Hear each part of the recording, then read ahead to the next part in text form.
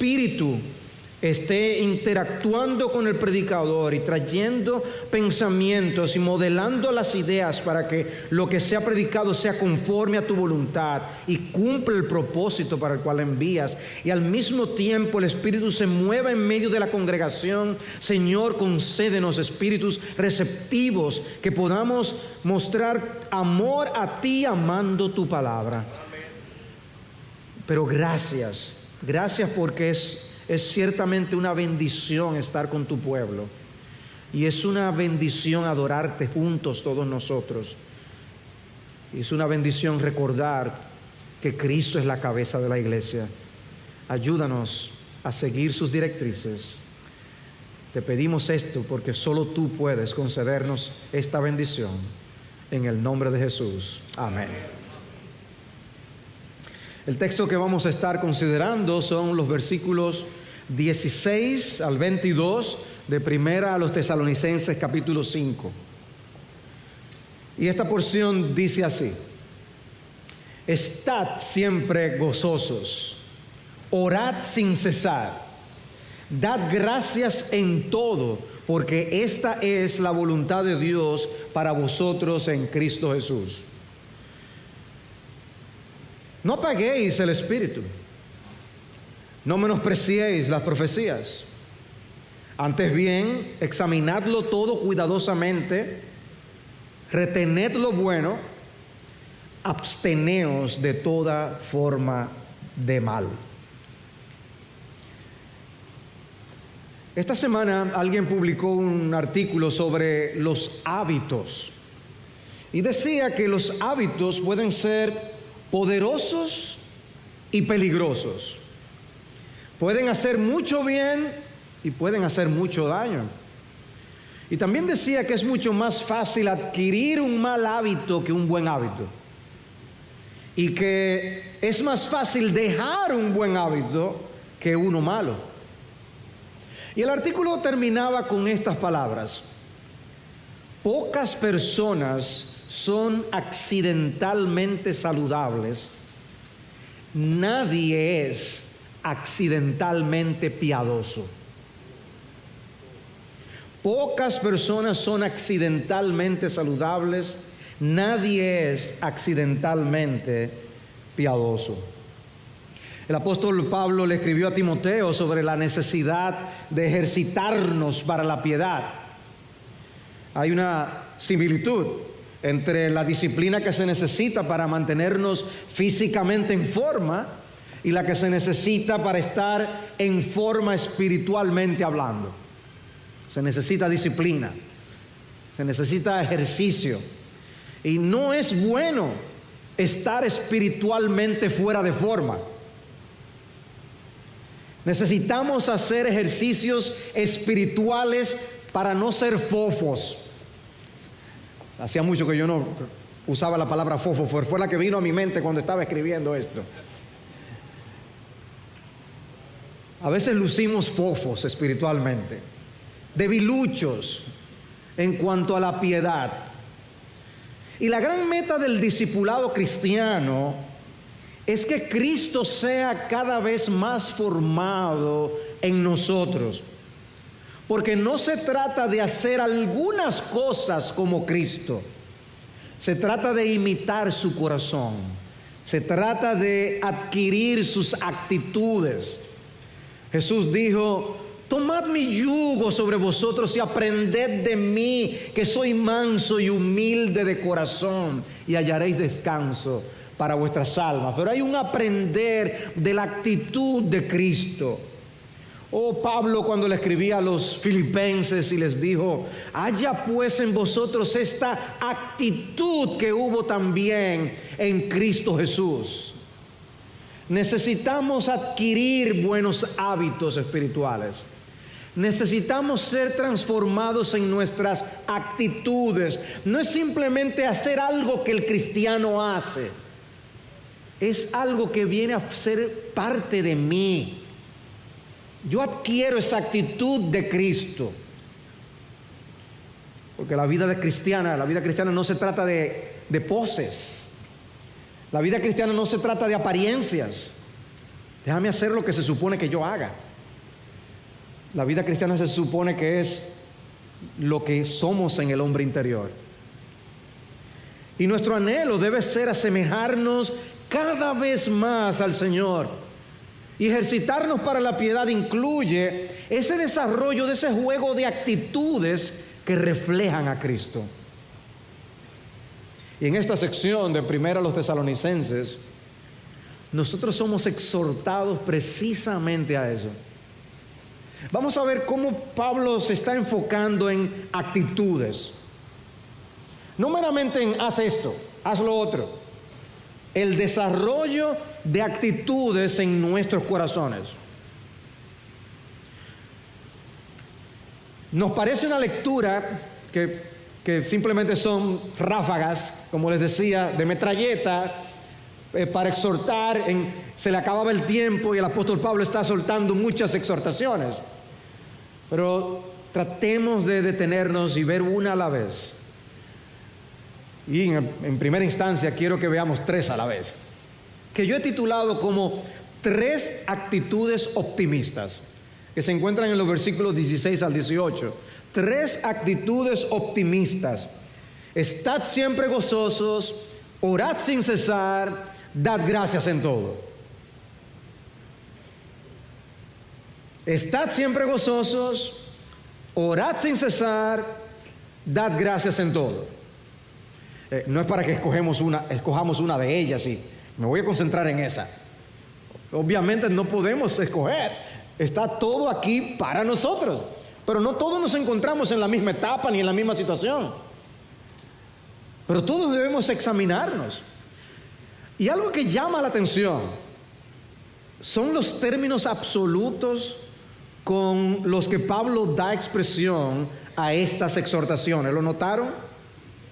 Él dice, siempre gozosos. Siempre. Él dice, orad sin cesar. Él dice, dad gracias en todo. Dice, Pablo, pero tú no podrías dejar un poquito fuera. No, pero él habla en términos muy globales. Él lo engloba todo. ¿Por qué? Porque Pablo está hablando de actitudes. Él no está hablando de algo que tú haces en un momento y ya. Él está hablando de algo que se desarrolla en nuestro hombre interior. Es una actitud de gozo en el Señor. Es una actitud de comunión permanente con el Señor. Es una actitud general de gratitud. Son 3 áreas que no pueden prosperar y desarrollarse en un corazón pesimista. No, pero ¿por qué tengo yo que gozarme? Mira lo que yo estoy viviendo. Orar. Yo he orado por eso y nada. Es más, yo estoy imitando a Pablo. He orado 3 veces por eso, ya se acabó, no más. Dad gracias en todo, en todo. Si tú supieras por lo que yo estoy pasando, no dieras gracias. Son cosas que pueden, sin dar expresión verbal, estar dentro de nuestros corazones. Son esos malos hábitos. Nos acostumbramos a ciertas cosas que ni las pensamos. Y aquí está Pablo diciéndonos, tenemos que desarrollar actitudes piadosas. Estad siempre gozosos. Estad siempre gozosos. No es la primera vez que él habla del gozo en Tesalónica. Ya en el capítulo 1, en el versículo 6, hablaba de cómo ellos habían recibido la palabra en medio de persecución. Y dice que fue con el gozo del Espíritu Santo. O sea que ya ellos habían experimentado ese gozo del que Pablo habla aquí. El gozo es una marca de la vida cristiana. Así lo presenta la Escritura. En Hechos 13:52 dice que los discípulos estaban continuamente llenos de gozo y del Espíritu Santo. Y es interesante que hable del gozo y del Espíritu Santo. Es como que están las dos cosas. Un creyente no puede vivir sin el Espíritu Santo y sin el gozo tampoco. Es una marca, es lo que está diciendo. Pablo lo dice en otras palabras, en Romanos 14:17, donde dice que el reino de Dios no es o no consiste en comida ni bebida, sino en justicia y paz y gozo en el Espíritu Santo. El reino de Dios consiste en eso, gozo en el Espíritu Santo. Nuestra generación se ha acostumbrado al reino o al reinado de las emociones. Las emociones gobiernan. Como tú te sientas, eso es. Obedece lo que tus emociones te dicen. Y sin embargo, aquí nos encontramos con esta orden de estar siempre gozosos. Que no es el único imperativo que hay en la Biblia acerca de esto. Uno va a la epístola a los Filipenses y se encuentra con Filipenses 4:4. Regocijaos en el Señor siempre. Otra vez diré, regocijaos. El Espíritu Santo nos manda a regocijarnos. Un gozo que es del Espíritu Santo. El Espíritu nos ordena a tener el gozo que Él nos da. Interesante. El punto es, tenemos trabajo que hacer con nuestras actitudes y con nuestras emociones. Hay algo que hacer al respecto. Yo no soy tan inclinado al gozo. No importa que tan inclinado o no lo seas. Todos somos exhortados a estar siempre gozosos. Siempre gozosos.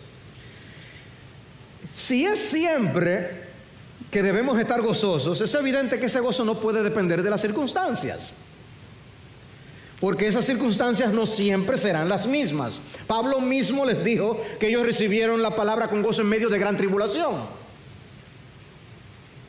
No era una situación celestial, pero ellos tuvieron gozo. Por eso en el libro de Santiago dice que debemos tener por sumo gozo cuando nos encontremos en diversas pruebas. No porque Santiago era masoquista, es porque tenemos un conocimiento de cómo Dios usa las pruebas para bendecir nuestras propias almas. Nunca vamos a tener el control de todos los aspectos de nuestra vida. Nunca. Si tú esperas a tú tener control de las cosas para entonces sentarte y tener gozo, nunca los tendrás. No, mientras más rápido comprendamos que nuestro Dios y Padre Celestial es el soberano y quien gobierna el universo, mejor enfrentaremos las vicisitudes de la vida. ¿Recuerdas al profeta Habacuc? ¿Cómo él se turbó ante lo que sería un desastre nacional que Dios mismo le anunció?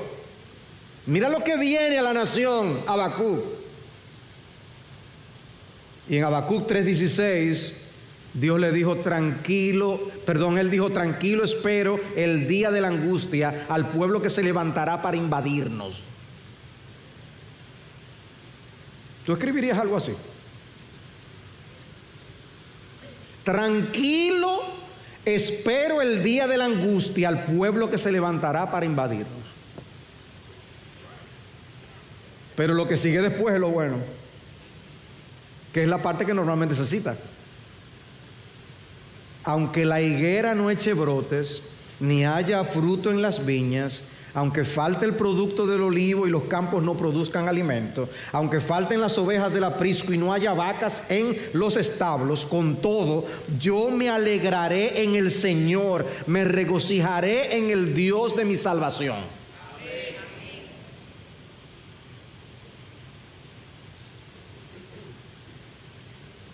¿Sabes a lo que ustedes dijeron amén?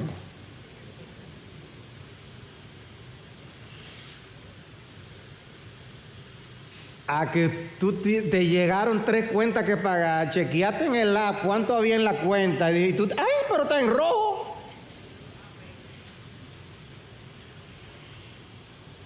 Que tú dices, ay, tengo, la cita que yo tenía, tengo que salir corriendo y tú vas a prender el vehículo y no prende la batería o la goma pinchada.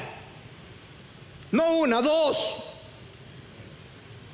Uy, qué dramático, pastor.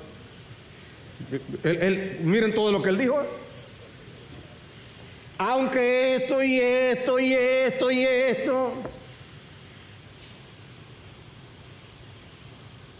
con todo, yo me regocijaré en mi Dios. Obviamente no está diciendo, esas cosas me producen un deleite adentro. Ay, no, hubieran sido las 3 gomas que se pincharan. No es eso.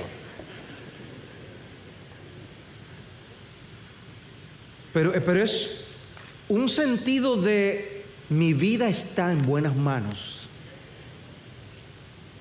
Y Dios me está cuidando. No sé ni de qué quizás me está cuidando, pero yo sé que Él me sostendrá.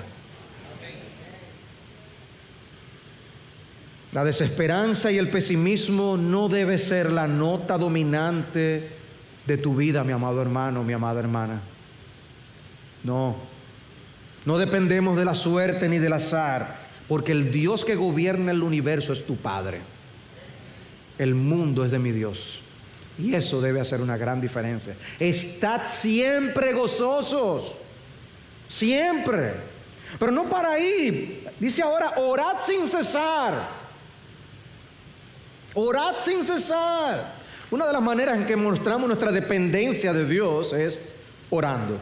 La oración es una muestra de que Dios gobierna, es una muestra de que Él es el Padre Celestial que me cuida, Él es mi proveedor, Él es mi sustentador. Yo no me puedo llevar mi vida solo, yo dependo de Él. Filipenses 4:6, por nada estéis afanosos, antes bien en todo mediante oración y súplica, con acción de gracias sean dadas a conocer vuestras peticiones delante de Dios. Díselo al Señor. Díselo al Señor, pero es que díselo al Señor. Tendemos a buscar soluciones humanas, a quejarnos, tendemos a chismear de algo en lugar de llevarlo al Señor. Mantén el canal de comunicación abierto con el Señor y la paz de Dios que sobrepasa todo entendimiento guardará vuestros corazones y vuestras mentes en Cristo Jesús. Orad sin cesar.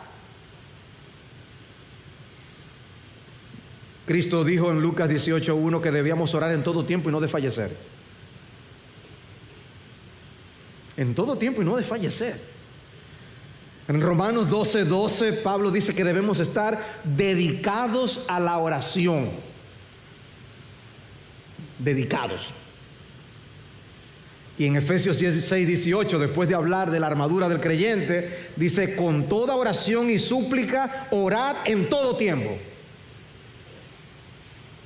¿Qué queda en la agenda después de eso? Orad en todo tiempo. ¿Qué queda en la agenda? Evidentemente Pablo no está diciendo mantente repitiendo el Padre Nuestro hasta que la agenda entera no quepa nada más. Eso no es lo que está diciendo. Pero lo que sí está diciendo es algo que puede ser permanente en la vida del cristiano. Porque está hablando de actitud. Está hablando de una marca. Está hablando de que tú y yo debemos estar marcados con una actitud de comunión con nuestro Dios. Que el día entero nosotros debemos mantenernos conscientes de su presencia y de su disposición a escucharnos. Tú andas con alguien y quizás tú tienes a alguien en el vehículo, vas conduciendo, y no es que cada microsegundo hay una conversación. Puede ser que por momentos hay un silencio. Eso no quiere decir que ahora hay un problema en la relación. Bueno, con Dios pasa algo así. No es que siempre estamos conversando, pero siempre tenemos el canal abierto para una conversación con nuestro Dios. Y nosotros podemos: Señor, ¿qué tú piensas de esto que yo estoy planificando hacer? Señor, ¿qué tú quieres que yo haga con esto que tú me estás enseñando? ¿Qué lecciones tú me... Conversando con el Señor, orando en todo tiempo, orando sin cesar. O sea, que es más que una acción. Dios quiere desarrollar en ti y en mí una actitud de oración, que obviamente se mostrará en muchos momentos en acciones de oración, en momentos específicos de oración. Esos momentos específicos de oración ocurren porque ya tú tienes una actitud de dependencia de Dios. Desarrolla la actitud de dependencia de Dios. No seas tan independiente. Y tú te verás cada vez más buscando el rostro de Dios, que no necesitan ser por largos tiempos. Nuestra vida de oración tendrá momentos más largos que otros, pero estará constituido por muchos pequeños momentos de oración. Por eso qué bueno que el libro que tenía aquel título que una vez estudiamos en la iglesia hace muchos años, se llamaba Orando con los ojos abiertos, porque hasta manejando podemos orar. Sobre todo ahora hay que orar. Pero es estar en comunión continua con el Señor, consciente siempre de su presencia. Pero otra actitud más, otra actitud optimista. Dad gracias en todo. Dad gracias en todo. Una vez más se trata de una actitud. La gratitud es algo que debe caracterizar a los creyentes, en contraste con los incrédulos que Pablo menciona en Romanos 1:21, que dice que no dan gracias a Dios ni le glorifican. El creyente da gracias a Dios. Bendice, alma mía, al Señor y no olvides ninguno de sus beneficios. Reconocemos que lo que tenemos y lo que somos, Dios nos lo ha dado, lo ha hecho. Alguien puede fijarse en el texto de Tesalonicenses y ver que el texto no habla de dar gracias por todo, sino en todo. Lo cual habla de estar agradecidos en todas las circunstancias o independientemente de las condiciones en que nos encontremos, porque todo obra para bien, Romanos 8:28. Y aún las experiencias más difíciles son usadas por Dios para a la postre santificarnos y acercarnos a Él. Sin embargo, la realidad es que hay otro pasaje que sí habla de dar gracias por todo. Dice Efesios 5:20, dando siempre gracias por todo, en el nombre de nuestro Señor Jesucristo, a Dios el Padre. No damos gracias por las cosas malas en sí mismas. No es una expresión masoquista de gratitud ante el sufrimiento, sino una expresión de confianza en Dios al saber que Él usa cosas como instrumento para bien. Dice Hebreos 12:11, al presente ninguna disciplina parece ser causa de gozo, sino de tristeza. Sin embargo, a los que han sido ejercitados por medio de ella, les da después fruto apacible de justicia.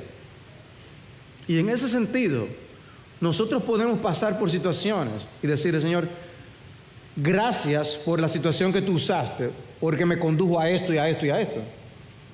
Ahora, en ocasiones nosotros no sabemos todavía cuáles son los resultados, pero nuestro Dios es tan digno de confianza que nosotros le podemos decir, Señor, gracias por lo que tú estás haciendo. Yo no lo entiendo, pero te doy gracias porque sé que tú lo vas a usar para mi bien y para la expansión de tu reino. Así es la confianza que podemos tener con Él. Pero el punto es, Pablo quiere que desarrollemos una actitud de gratitud. No es simplemente dar gracias un día, es la actitud de gratitud. Un texto similar al de Efesios 5 es Colosenses 3. Y ahí somos doblemente exhortados a la gratitud. Es el contexto, recuerden, el contexto de Efesios es ser lleno del Espíritu. Den gracias. El contexto de Colosenses es la palabra de Cristo mora en abundancia en vosotros. Den gracias. Y miren lo que dice en Colosenses 3:15. La paz de Cristo reina en vuestros corazones, a la cual en verdad fuisteis llamados en un solo cuerpo, y sed agradecidos. Dice que la palabra de Cristo habita en abundancia en vosotros, enseñándoos, cantando, etcétera, y dice, y todo lo que hacéis de palabra o de hecho, hacedlo todo en el nombre del Señor Jesús, dando gracias por medio de Él a Dios el Padre. En el 15 dice, sed agradecidos, y en el 17, dando gracias. ¡Qué énfasis! ¡Qué énfasis! Dios quiere que la palabra gracias, gracias, gracias, Señor, abunde en nuestros labios. pero sobre todo en nuestros corazones. Que sea más fácil que salgan esas expresiones de gratitud ante el Señor. Que tu vida de oración no esté más marcada por dame, Señor. Que esté marcada por gracias, Señor. Un papá le pidió a un niño pequeño que diera las gracias por los alimentos. Y mientras el resto de la familia estaba esperando lo que el niño iba a decir, dice que el pequeño se empezó a chequear qué era lo que había en la mesa. Y chequeándolo cada plato de lo que había en la mesa. Y después de chequear bien, inclinó la cabeza y empezó a orar. Señor, no me gusta cómo se ve, pero te lo agradezco y me lo comeré de todos modos.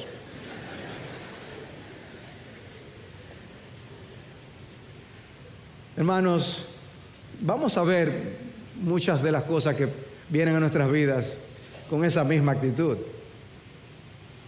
Pero también tengamos la actitud de decir, gracias Señor, yo de todas maneras yo acepto tu voluntad. Dios quiere esa actitud en nuestros corazones. ¿Qué tan agradecido tú eres? ¿Cuánto te caracteriza en la presencia de Dios esa gratitud? ¿Qué tan lleno está tu adoración? ¿Qué tan llena está tu adoración cuando tú vienes aquí a adorar a Dios? ¿Qué tan llena está tu alma de gratitud cuando vienes al servicio? Y tú vienes a rendirle adoración al Dios que te ha dado tanto. ¿No deberíamos ejercitarnos para adquirir el buen hábito de ser más agradecidos? Recuerden, es muy fácil adquirir malos hábitos. Adquirir los buenos da más trabajo. Debes ejercitarte, acostumbrarte, dile más y más gracias a Dios. Dice Colosenses 2:7 que debemos estar rebosando de gratitud. Esa es la palabra que usa. Rebosando de gratitud. No es un poquito. ¿Notan ese optimismo? Rebosando de gratitud. Gracias, gracias, gracias, Señor. Esta es una anécdota que muchos quizás han escuchado antes, de cómo el comentarista bíblico Matthew Henry lo asaltaron en una ocasión. Y él escribió en su diario después lo siguiente: quiero manifestar mi gratitud. Primero, porque nunca me habían robado. Segundo, porque aunque me quitaron la billetera, no me quitaron la vida. Tercero, porque aunque me lo quitaron todo, no era mucho. Y cuarto, porque fui yo a quien robaron y no quien robó. Si buscamos, siempre vamos a tener muy buenas motivaciones para darle gracias a Dios. Y hay un versículo en Colosenses que une la oración que veíamos antes y la acción de gracias. Dice, perseverad en la oración, velando en ella con acción de gracias. Colosenses 4:2. Dios quiere que tengamos una actitud de oración y una actitud de acción de gracias. Ahora, ese último versículo 18 que mencionamos tiene una frase al final. Dice, porque esta es la voluntad de Dios para con vosotros en Cristo Jesús. Es su voluntad, y yo creo como muchos comentaristas que esta frase abarca lo del versículo 16 al versículo 18, las tres cosas. Es la voluntad de Dios que estemos siempre gozosos, que oremos sin cesar y que estemos siempre agradecidos. Dice alguien, por supuesto, estas tres cosas no constituyen la totalidad de la voluntad de Dios para el hombre, ni siquiera la parte más importante, sino que forman una parte intrínseca de su voluntad total. Hay otras muchas virtudes que debemos mostrar como creyentes, la santificación, que estudiamos en el capítulo 4, recuerden, que dice la voluntad de Dios es vuestra santificación. Dice el testimonio a los incrédulos, el amor al prójimo, pero estas tres son voluntad de Dios. De manera que no podemos escoger. Bueno, yo me voy a dedicar a ser agradecido. Lo otro, cuando dentro de aquí 5 años yo me planifico. No. Todas estas cosas son actitudes que tenemos que desarrollar. Nuestro deseo como siervos de Cristo es agradar a nuestro Señor. De manera que estemos marcados por estas actitudes optimistas toda nuestra vida. Ahora imagínate que todos nosotros estemos más dedicados al cultivo de estas actitudes. ¿Afectaría eso nuestra vida como iglesia? ¿Nuestra vida como individuos en el mundo? Piénsalo. Pero debo seguir, hay más exhortaciones en nuestro pasaje. Y la próxima que yo quiero mencionar la he titulado Nuestra actitud hacia el ministerio del Espíritu. Nuestra actitud hacia el ministerio del Espíritu, versículo 19. No apaguéis el Espíritu. No apaguéis el Espíritu.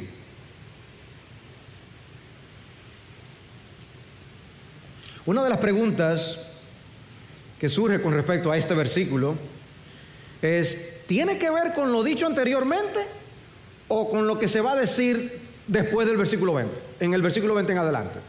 Esa es una de las preguntas que se hacen. Bueno, yo creo que, como han dicho otros, que tanto las cosas que se dicen en los versículos 16 en adelante como las cosas del versículo 20 en adelante son cosas que absolutamente dependen del Espíritu de Dios. Y que es muy difícil que podamos escoger si es esto o es aquello. Y por eso me inclino con algunos a decir, eso lo abarca todo. Porque el punto que Pablo está tratando de mostrar aquí es que nosotros debemos amar el ministerio del Espíritu y vivir de tal manera que honremos ese ministerio. La Biblia nos enseña que nosotros podemos mentir contra el Espíritu Santo, como podemos leer en Hechos capítulo 5. Hay pecados que se pueden cometer contra el Espíritu Santo. Y lo que nosotros vemos aquí es a Pablo ordenando a una iglesia que evite cualquier cosa que frustre el ministerio del Espíritu en medio nuestro.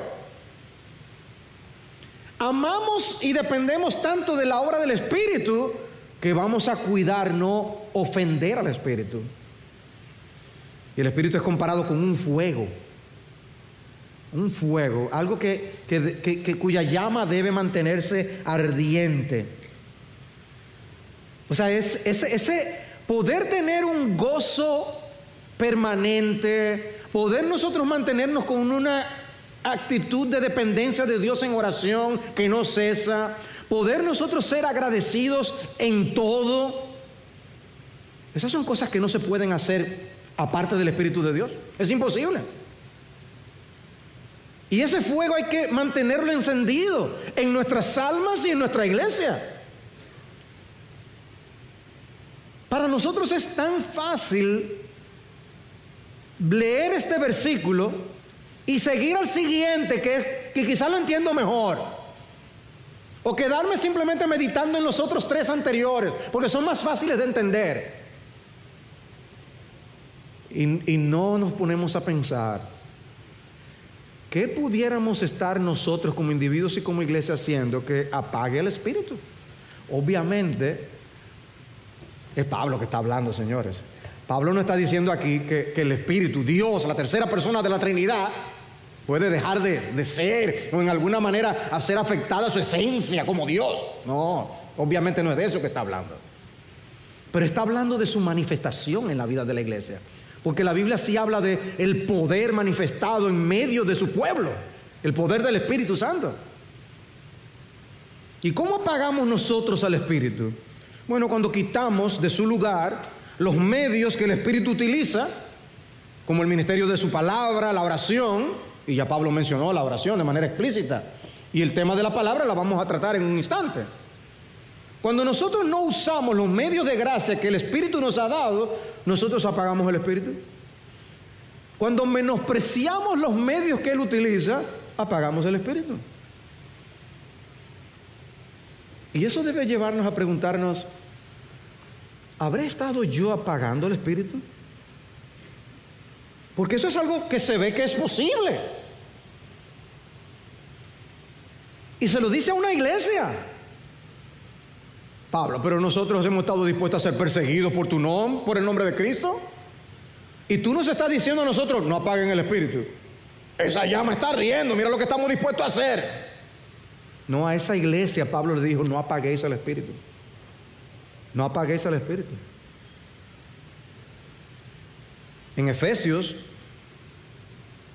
Pablo además exhortó a los efesios a no contristar o entristecer al Espíritu. Efesios 4:30. O sea, que es posible que una iglesia como la de Éfeso entristezca al Espíritu y eso impacte la vida de esa congregación.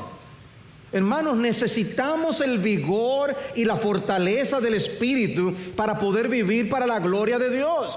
¿Qué imaginamos que sucederá cuando actuamos o andamos en contra de todo aquello que el Espíritu promueve? Eso afecta. Cristo nos enseñó a pedir por el Espíritu. En Lucas capítulo 11, versículo 13 dice: si vosotros siendo malos sabéis dar buenas dádivas a vuestros hijos, ¿cuánto más vuestro Padre Celestial dará el Espíritu Santo a los que se lo pidan? Eso es, pidan del Espíritu, pidan porción del Espíritu, pidan la unción del Espíritu. Nosotros debemos mantenernos pidiendo por estas cosas, lo que dice Cristo. Si debemos pedir por estas cosas, actuar en contra del ministerio del Espíritu tiene consecuencias. Por eso dice, no lo apaguen. No lo apaguen. Por ejemplo, Romanos 8 nos enseña que debemos dar muerte al pecado. Debemos mortificar el pecado. Ahora, ¿cómo tú y yo podemos darle muerte al pecado? Pablo dice, por el Espíritu. Dice Romanos 8:11. Pero si el Espíritu de aquel que resucitó a Jesús de entre los muertos habita en vosotros, el Espíritu, el mismo que resucitó a Cristo Jesús de entre los muertos, también dará vida a vuestros cuerpos mortales por medio de su Espíritu que habita en vosotros. Así que, entonces saca una conclusión de ahí. Así que somos deudores no a la carne para vivir conforme a la carne. Porque si vivís conforme a la carne, habréis de morir. Pero si por el Espíritu hacéis morir las obras de la carne, viviréis. ¿Cómo es que hacemos morir las obras de la carne? Por el Espíritu. ¿Y qué motivación nos da? Que nosotros somos deudores al Espíritu.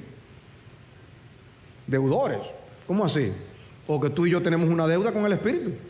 Pablo está diciendo, mira, tú no le debes un centavo a la carne. ¿Para qué tú estás viviendo para la carne si tú no le debes un centavo? Ahora, al Espíritu, somos deudores del Espíritu. Si somos deudores del Espíritu, ¿cómo le pagamos? Dice, viviendo para los propósitos para los cuales el Espíritu nos salvó y nos santifica. Y uno de ellos es darle muerte al pecado. ¿Y cómo lo hacemos? Con el Espíritu. Entonces, vivir para el pecado es una contradicción. Eso apaga el Espíritu. Eso entristece el Espíritu. Eso contrista al Espíritu. Entonces, tiene consecuencias vivir de espaldas al ministerio del Espíritu Santo. No apaguéis al Espíritu. Interesante que en Efesios 3:16 Pablo habla que en una oración que Dios os conceda conforme a las riquezas de su gloria ser fortalecidos con poder por su Espíritu en el hombre interior. Necesitamos la fortaleza del Espíritu para poder tener victoria espiritual. Necesitamos la vitalidad, el vigor, la fuerza, la guía, la santificación, la convicción de pecado, el poder en la oración, la transformación que solo el Espíritu Santo puede hacer. Y solo tendremos estas cosas si nosotros mantenemos la llama del Espíritu encendida en medio de nuestras vidas y la vida de nuestra congregación. No apaguéis el Espíritu. Decía alguien, es imposible que los cristianos, John MacArthur fue quien describió esto, es imposible que los cristianos caminen con Cristo en obediencia a menos que se apoyen en el poder del Espíritu Santo por la palabra que habita en ellos. Imposible. En el pasado se usaban mucho las bombas manuales de agua. Y cuenta una persona que un día caminaba frente a una casa, estaba en medio de un gran terreno, y que vio una figura de un hombre que bombeaba agua de una manera frenética.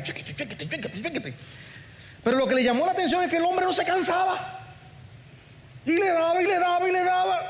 Y era tan impresionante que le dio una curiosidad que dijo, yo me tengo que acercar para ver esto. Pero cuando se fue acercando y pudo ver mejor, descubrió que no era un hombre bombeando agua. Era una figura de madera que había puesto el dueño y estaba conectada a la bomba, que era una fuente de agua viva que corría tanto que le daba fuerza al movimiento, que estaba puesto de tal manera que el brazo de madera hacía como si estuviera bombeando la bomba. Pero no estaba haciendo nada. Toda la fuerza se la daba la fuente de agua.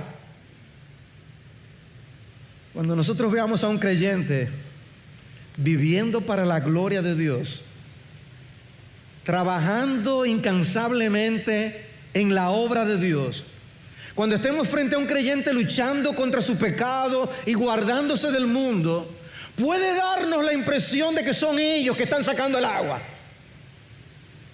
Recuerda que eso solo es posible por la obra del Espíritu Santo en sus vidas. Que nosotros no bombeamos al Espíritu, que es el Espíritu el que nos pone a nosotros en movimiento, y deudores somos al Espíritu Santo. Lo vamos a apagar y lo vamos a contristar.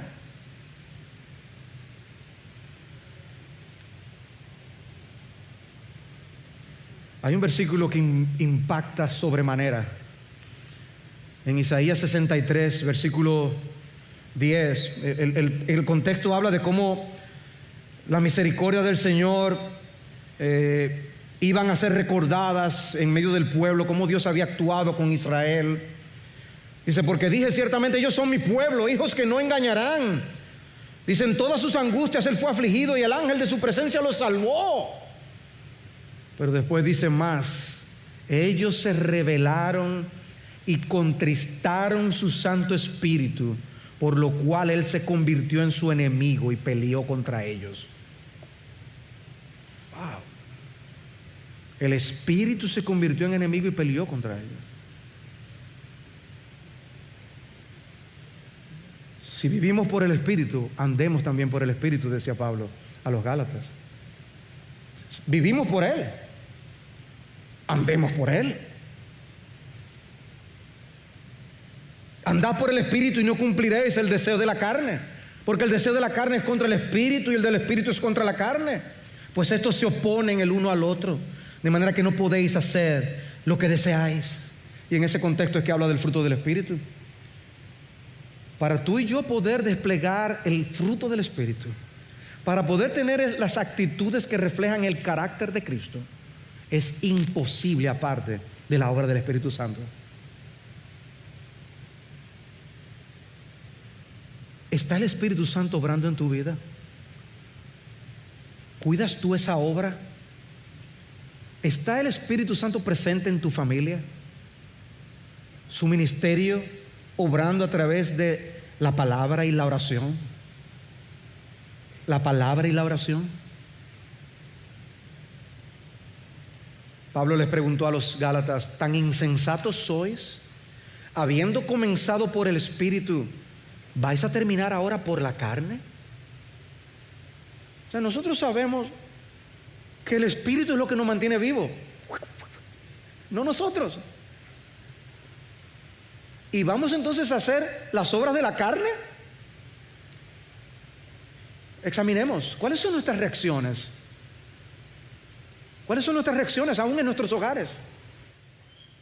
¿Qué domina? ¿Es la carne o el Espíritu? No apaguéis el Espíritu. Amado hermano, no apagues el Espíritu. Amado hermano, aprecia el ministerio del Espíritu Santo. Amado hermano, pide a Dios que te dé su Espíritu. Cristo quiere que pidamos su Espíritu. Por un lado, orad sin cesar, orad sin cesar. ¿Por qué debemos orar? Ora que Dios te dé de su Espíritu. Ora que Dios te dé la fuerza de su Espíritu para vencer el pecado, la tentación, cultivar las virtudes y las actitudes que nosotros debemos mostrar. No te conformes a donde estás. Por eso todas estas exhortaciones, porque podemos crecer más, podemos vivir más para la gloria de Dios. Puedes hacer un mejor trabajo como esposo, como esposa, como padre, como hijo. Puedes puedes ser mejor miembro de iglesia, mejor obrero, mejor ejemplo, mejor todo con el Espíritu. Pero hay que pedir, hay que tener la actitud de dependencia.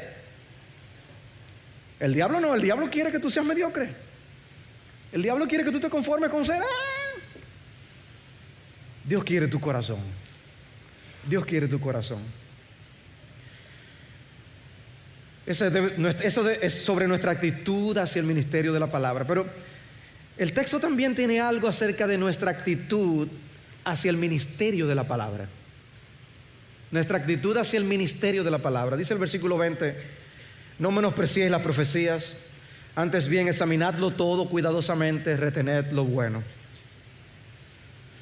Y no me voy a meter en todos los detalles de lo que tiene que ver aquí el término profecías, etcétera. Solo decir que en Pentecostés se cumplió la profecía del Antiguo Testamento, que predecía lo que iba a suceder con el descenso del Espíritu Santo.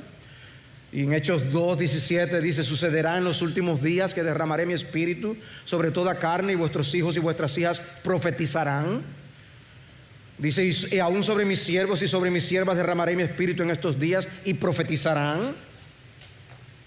Luego el ministerio profético quedó limitado a algunos profetas y profetisas como Agabo, Judas, Silas, la hija de Felipe, entre otros. Pero creemos que mientras el canon de las Escrituras permanecía abierto y sin concluir, hubo un ministerio profético del que podemos leer en el Nuevo Testamento. Y recordemos que las primeras iglesias aún no tenían el Nuevo Testamento como nosotros tenemos. Y Dios proporcionó profetas que declaraban la palabra de Dios acerca del evangelio de salvación en Jesucristo y otras cosas más. La analogía nuestra hoy es que contamos con toda la Escritura. Y así como Pablo le dice: no menosprecien las Escrituras, hoy es como si se nos estuviera diciendo: no menosprecien la palabra de Dios. No menosprecien la profecía, no menosprecien las Escrituras. Lo que Dios decía tenía que ser apreciado. Lo que Dios nos dice tiene que ser apreciado. No menosprecies. Y aparentemente había cierto menosprecio. Impresionante, ¿no? Para aquellos que recibieron la palabra de Dios como lo que es, la palabra de Dios.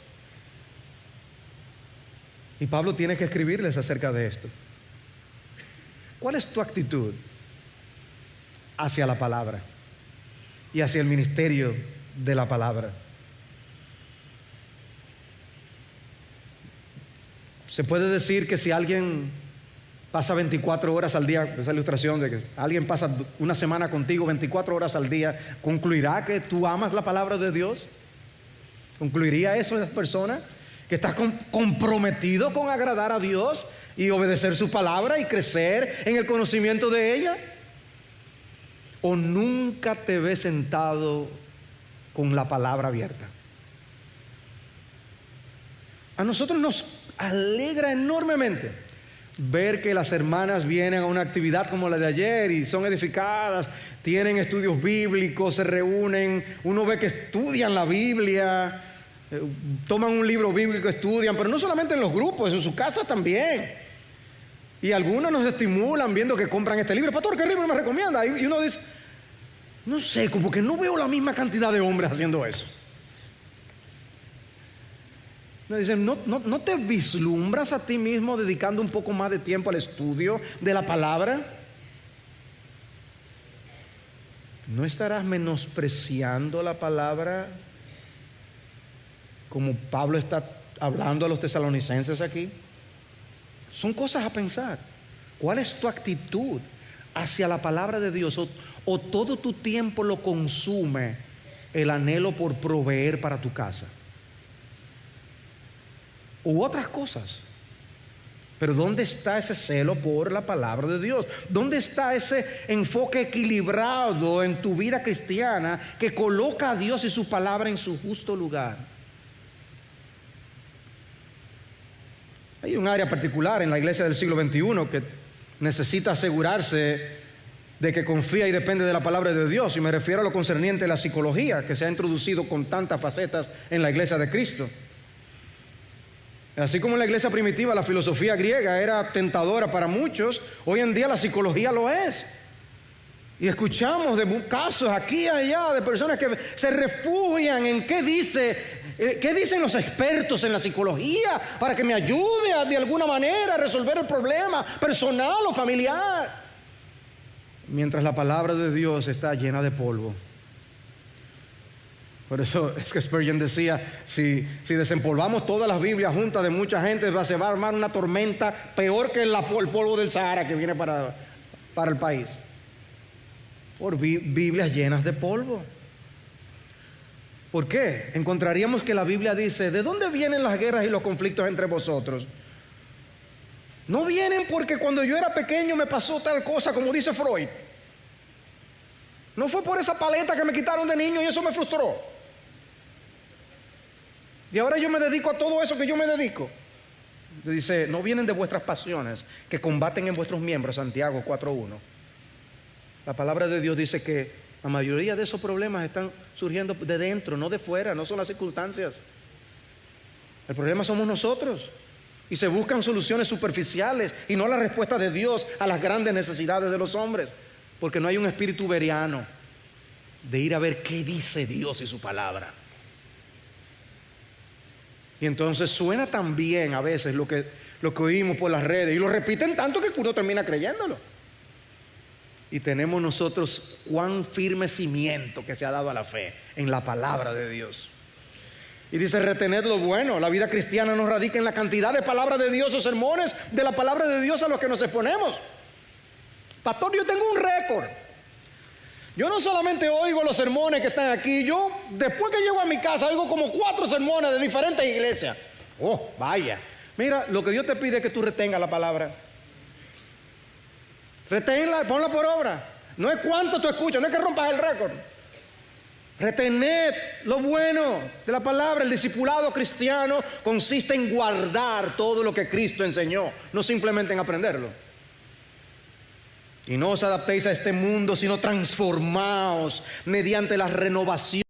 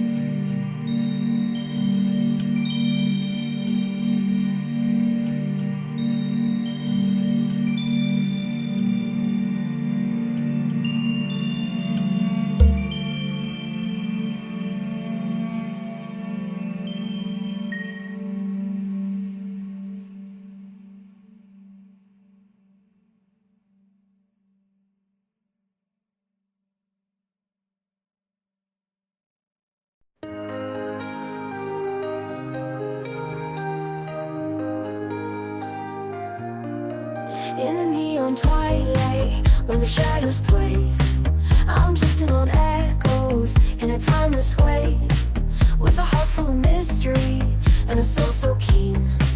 I'm dancing through layers in this haunting scene. Melodic whispers, like a distant tide. In this experimental rhythm I'm hit by a symphony of dreams in an indie rock scene. In this late dance where my heart's been all lost in the music, in a synthwave dream, with a classic tune that I can't quite seem. Lay a female voice in the alt rock light, in this haunting song where dreams ignite.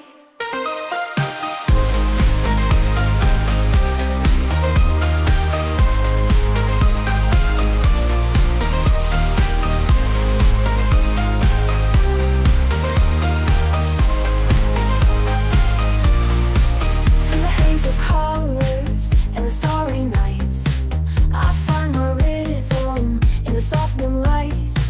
Echoes of the past, they whisper sweet in this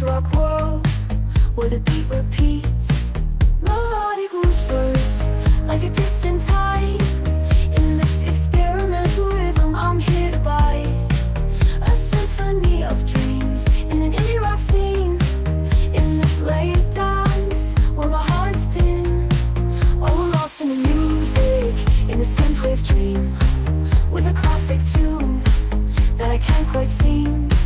Late female voice in the alt rock light, in this haunting song where dreams ignite.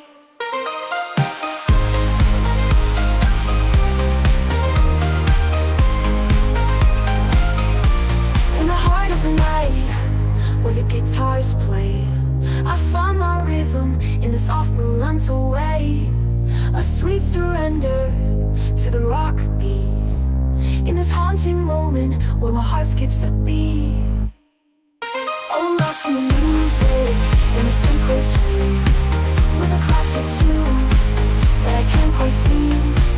Late female voice in the alt rock light, in this haunting song where dreams ignite.